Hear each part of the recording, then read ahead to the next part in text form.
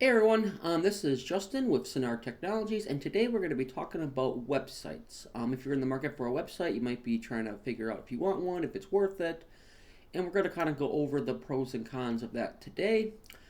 If you like this kind of content and you want to see more of it in the future, please follow my Facebook page. Otherwise, please like and subscribe to my channel. I cover different topics like this as I'm Sonar Technologies, and I do custom software. Um, so let's just get started, right?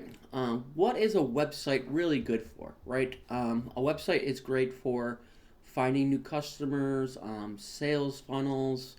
Maybe you do some marketing out of it. In general, it's for finding customers, right? Finding, getting them to fill in a form, funneling them in, getting them interested in your product, right?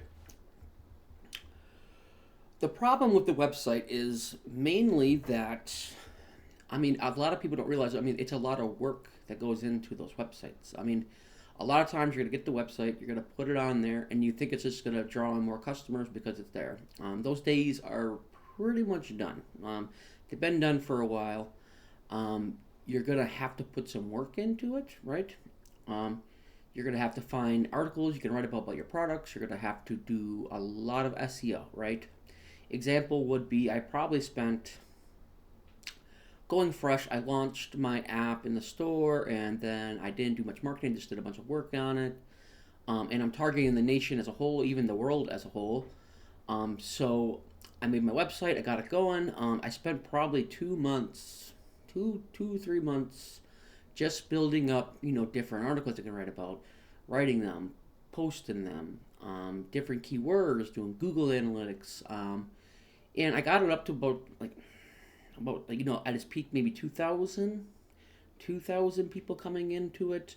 Conversion rate not that great, but I didn't really set it up for conversion. I was more or less trying to find which words are going to work to get data and then bring them to the site, right?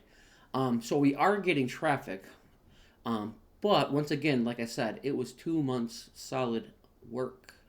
You have to keep making articles. You got to research the keywords. And that's with the help of AI, right? So I went through each word, which one I had the best chance of, ranking in Google for or Bing. And I did pretty well on Bing too. But I guess that's besides the point. I just want to illustrate the. It's going to be work. You're going to have to work on getting that to be better at sales. You're going to have to work on getting those articles up. So if you're going into it thinking like, once I get a website, suddenly everything's going to be gravy. It's going to bring in customers, but it's going to be work, right? Another problem with it too is, and I've seen a drop personally in it. I went from about 2,000 to about 1,500.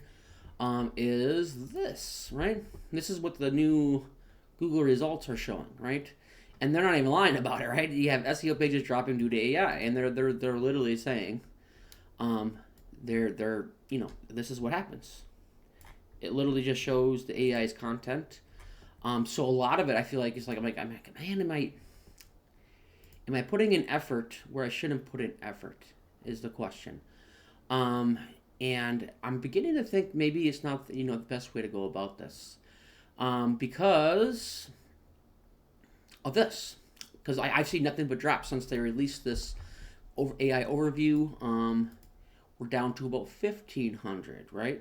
So pretty much what's happening with this is AI is pretty much just going through.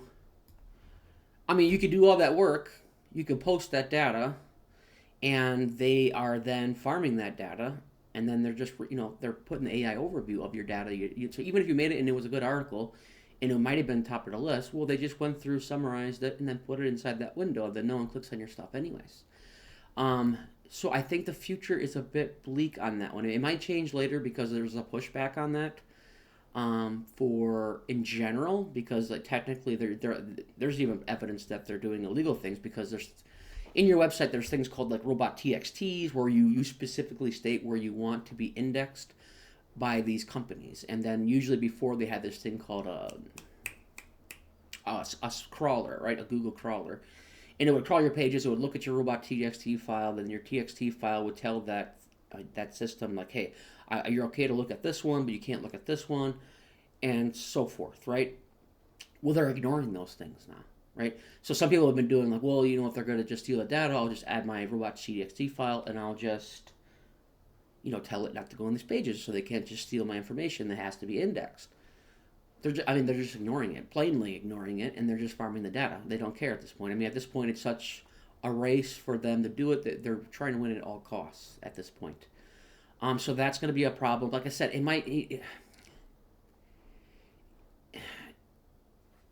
my future opinion of it is not looking good. It's not looking good at all, especially with that coming in, the amount of work you have to put into it. I mean, even before. So like, if you got in really early on a website and you were there, you're top of the list, gravy train. Then it hit a stage where everyone was getting a website, and then now you could still utilize that website, but there was just a battle, right? So you're trying, like I said, you're trying to find those keywords and get SEO optimizations as best as you can to get the traffic in to answer the questions. But then eventually that starts to get flooded, and then it's even harder and harder and harder to get to the top of the page, right? And then I believe some of my traffic too is like, I'm not really on the first page. I mean, it's so rare for somebody to go past the first page of Google results and go beyond clicking that and like searching that deep. So I think, even some of the traffic you're getting is probably not even a human.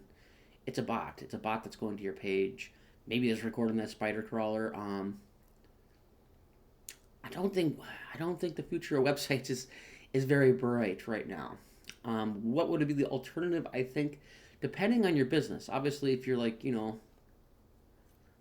wouldn't even say. I think a lot of businesses can use a mobile app. So I believe you should get a website, right? You should get a website. You should get it up and running because it's still viable. Like I said, I still got 1,500 people going to my pages, and on the daily. So worth it yet? Yes. Future me, I'm not putting more effort into SEO. That was like 2 months solid SEO work, 1,500. People just kind of got their information and they moved along. The conversion rate. I haven't optimized the pages for conversion, so I could be mistaken on this. But am I putting my effort into it anymore? Maybe in the future. What I believe would be a better idea, especially if you're growing retail business, is to get a mobile app. It's been shown to increase. And the mobile app is a different product, right? It's a different product.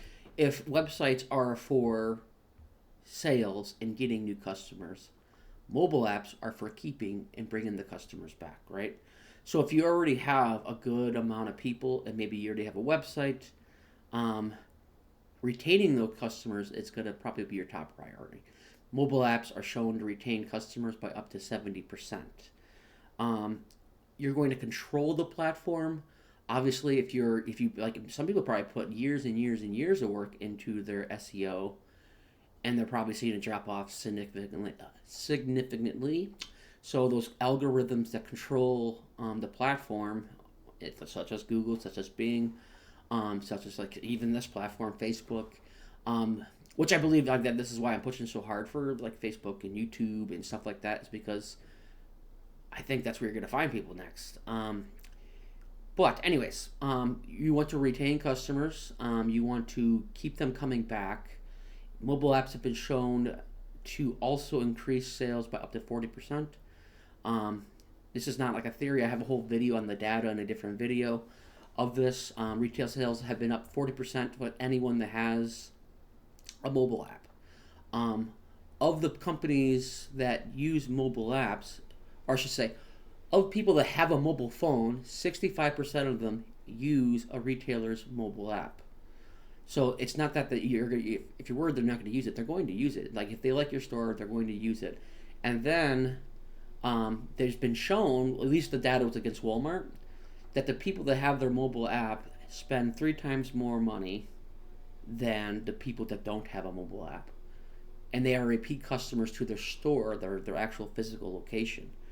So it's not just going to be sales that's going to increase from the phone. You're also going to have more people coming back into your physical location by having a mobile app. There's tons of data that goes through the mobile app that shows that it does perform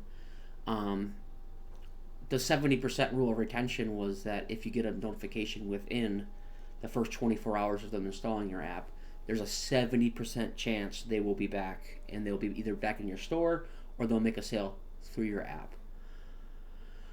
These are some of the things I believe that the mobile app is going to be the future, more than it's going to be a website.